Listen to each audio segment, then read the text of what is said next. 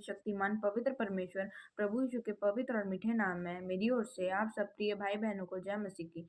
तो जैसा कि आप इसे देख रहे हैं, परमेश्वर पिता के सत्य और असत्य को पहचानना, हम पढ़ते हैं दूसरा यूहन्ना 1 का 4 से लेकर 11 तक। वीडियो को लास्ट तक ध्यानपूर्वक चिंतन और मनन करके देखेगा, तब आपको समझ जाएगा। हम पढ़ते हैं, मैं बहुत आनंदित हुआ कि मैंने तेरे कुछ बच्चों को उस आज्ञा के अनुसार जो हमें पिता की ओर से मिली थी सत्य पर चलते हुए पाया। ये कौन कह रहे हैं? यूहन्ना के द्वारा लिखा जा रहा है। कुछ बच्चों का मतलब लोग हैं जो शिक्षा हमें पिता की ओर से मिली थी, उस सत्य पर चलते हुए पाया उन लोगों को। आगे पढ़ते हैं, अब हे महिला, मैं तुझे कोई नई आज्ञा नहीं पर वही जो आरंभ से हमारे पास है लिखता हूँ। मैं तुझसे विनती करता हूँ कि हम एक दूसरे से प्रेम रखें, और प्रेम यह है कि हम उसकी आज्ञाओं के अनुसार चले। यह वही आज्ञा है जो तुमने आरंभ से सुनी है, और तुम्हें इस पर चलना भी चाहिए। महिला का मतलब होता है कलीसिया।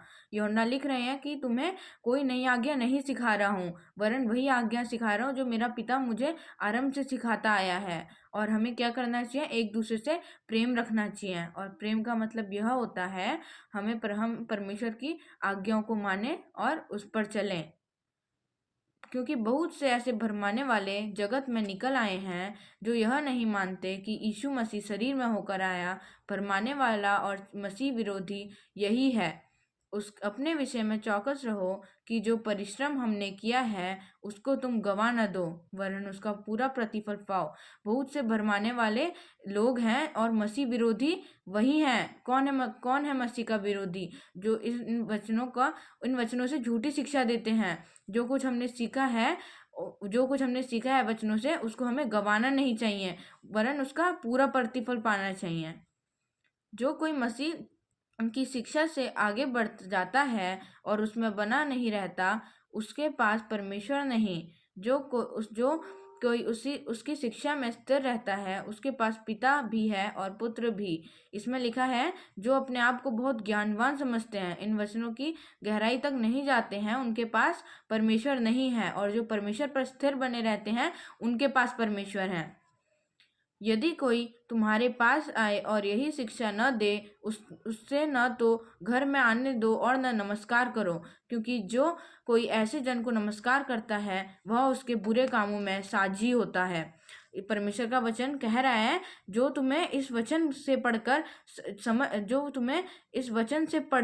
के समझ के तुम्हें आत्मिक शिक्षा न दें, उसे घर में आने न दो और न नमस्कार करो। क्योंकि जब हम उसकी ये गलत शिक्षा को मानते हैं तो हम उसके गलत कामों में साझी होते हैं। हमने उसकी गलत शिक्षा को उसकी गलत शिक्षा को नहीं मानना है और ना सीखना है। हमारा परमेश्वर पिता हमें जो इस वचनों को पढ़ के और सिखाता है, हमने उसी पर चलना है।